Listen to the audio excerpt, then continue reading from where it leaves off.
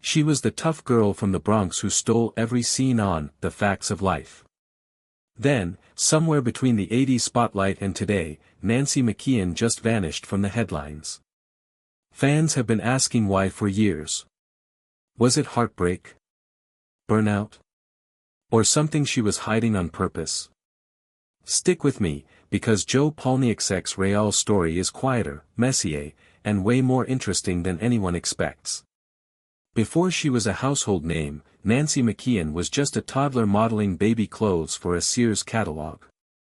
Born April 4, 1966, in Westbury, New York, she seemed destined for the camera almost from birth.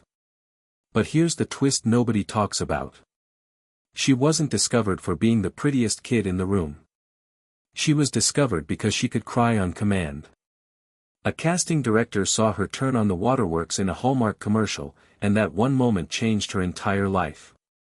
By 1979, she was bouncing between soap operas like The Secret Storm and Another World. Her family lived in Forest Hills, Queens, a place so meaningful to her that she later named her own production company after it. She wasn't a studio lot kid. She was a New York girl who stumbled into show business. Then, in 1980, a struggling NBC sitcom called The Facts of Life fired 4 of its original cast members. Into that chaos walked a scrappy, street-smart 14-year-old named Joe Polniaksek. She wasn't supposed to be the breakout star. But that leather jacket swagger. Audiences ate it up. While filming, Nancy was tutored right there on set. She once joked she still got detention, usually for refusing to give up her patent leather shoes. But what really made Joe work wasn't the attitude. It was the vulnerability underneath it.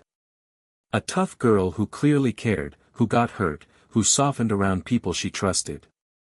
That's what turned a mid-season replacement into the emotional heart of the whole show. She even lent her voice to cartoons on the side, juggling multiple corners of the industry before she'd even finished high school. So once the show ended, did Nancy ride that fame into a smooth, glittering career? Or did things get complicated fast? Here's where it gets juicy. In 1990, NBC wanted her for the lead in a sitcom version of Working Girl. That role went to a then-unknown actress named Sandra Bullock. Let that sink in. Nancy McKeon was on the shortlist before Sandra Bullock became Sandra Bullock. It gets crazier. In 1994, she auditioned for Monica Geller on a little show called Friends. The part went to Courtney Cox instead. Can you imagine an alternate universe where Nancy, not Courtney, spent 10 seasons obsessively cleaning that apartment? 2 auditions. 2 roles that changed television history. Either one going differently could have sent her career down a completely different path. Instead, she pivoted. She got her own show in 1995, Can't Hurry Love, but it was cancelled after 1 season. Rather than sulk, she went behind the camera, producing movies through her own company. By 1999, she'd written and directed her own short film, taking creative control instead of waiting for the phone to ring. She also built up a quiet resume of serious television movies. She played a real domestic violence survivor in A Cry for Help. She played a woman wrongly accused of murder in The Wrong Woman. She played a woman living with schizophrenia in Strange Voices. These weren't tabloid projects. They were proof she wanted to be taken seriously, not just remembered as a sitcom kid. So if the golden roles kept slipping away, what kept her grinding instead of disappearing completely? And more importantly, what was happening in her personal life while all this professional chess was being played? This is the part tabloids have always wanted to crack open, and she's never given them the satisfaction. In 1995, while filming a Hallmark movie, Nancy met a film technician named Mark Andrus. He wasn't an actor. He wasn't chasing fame. He worked behind the scenes on major films, a guy who understood the industry without wanting to be part of its spotlight.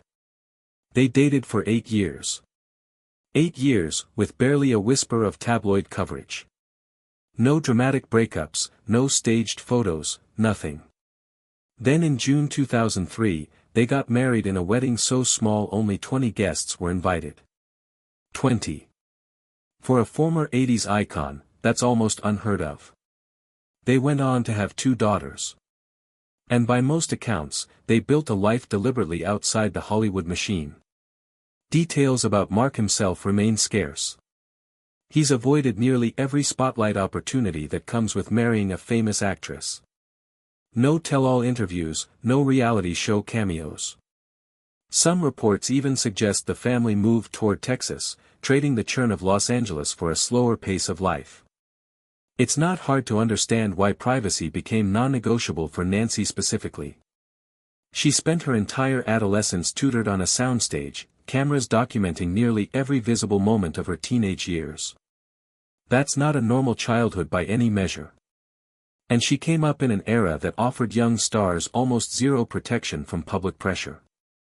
Choosing a tiny wedding, a low-profile husband, a life shielded from cameras, that wasn't an accident. That was a correction.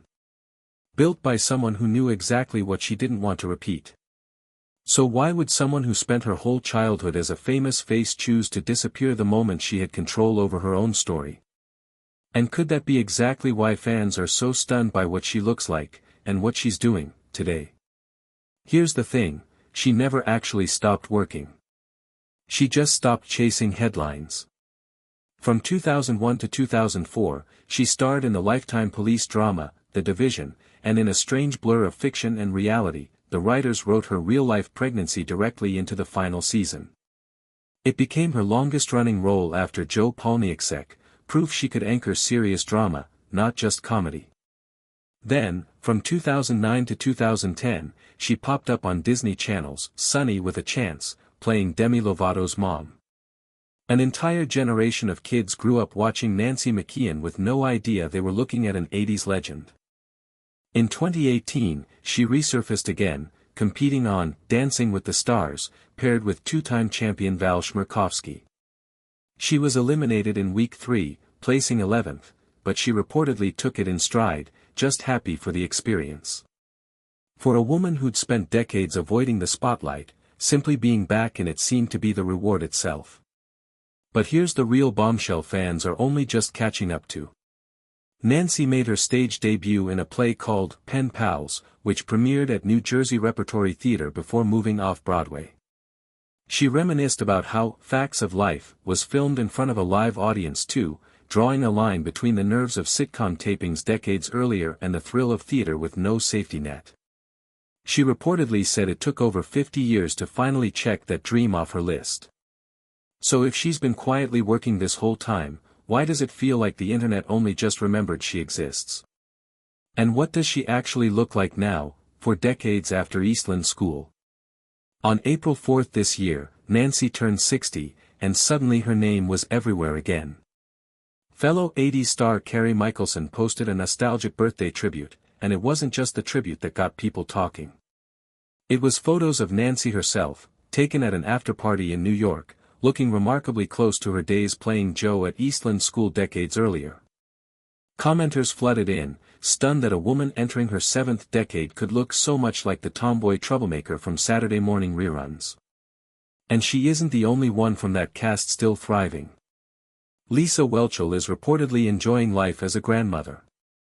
Kim Fields leads a weekly wellness gathering. Sadly, Charlotte Rae passed away back in 2018, a loss that still stings for fans.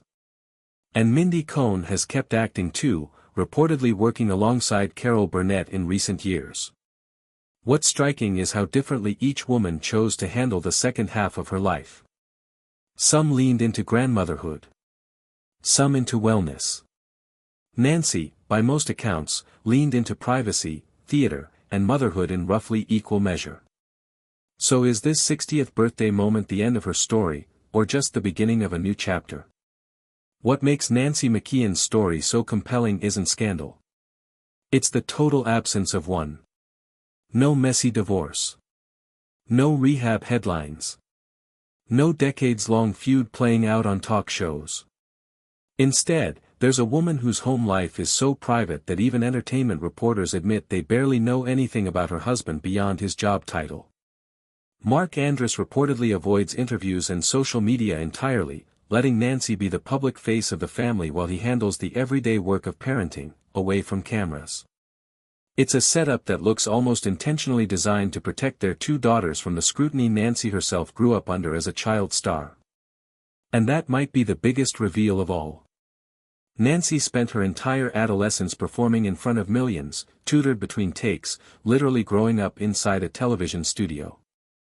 Every choice she's made since, the quiet wedding, the tiny guest list, the pivot to producing and directing, the long gaps between tabloid moments, looks less like someone running from fame, and more like someone who understood exactly what fame costs, and decided her kids wouldn't pay that price.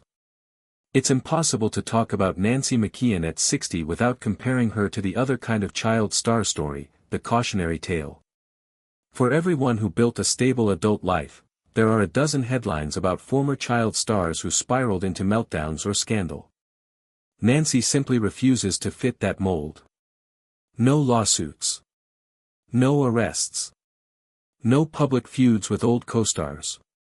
Instead, a woman who used her fame as leverage to build something quieter. A production company. A directing credit.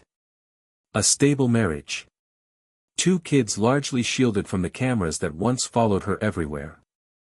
And that brings us back to that 60th birthday moment that reignited all this curiosity. Fans weren't just reacting to how she looked. They were reacting to how content she seemed. Just a 60-year-old woman at an off-Broadway after-party, standing next to old friends, looking remarkably like the girl audiences fell in love with more than 4 decades earlier. At 60, Nancy McKeon isn't chasing comebacks or clinging to the 80s.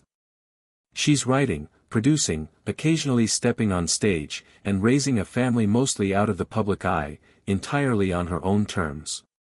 Joe Polniaczek may have made her famous, but the real Nancy McKeon built something even rarer in Hollywood, a life she actually controls.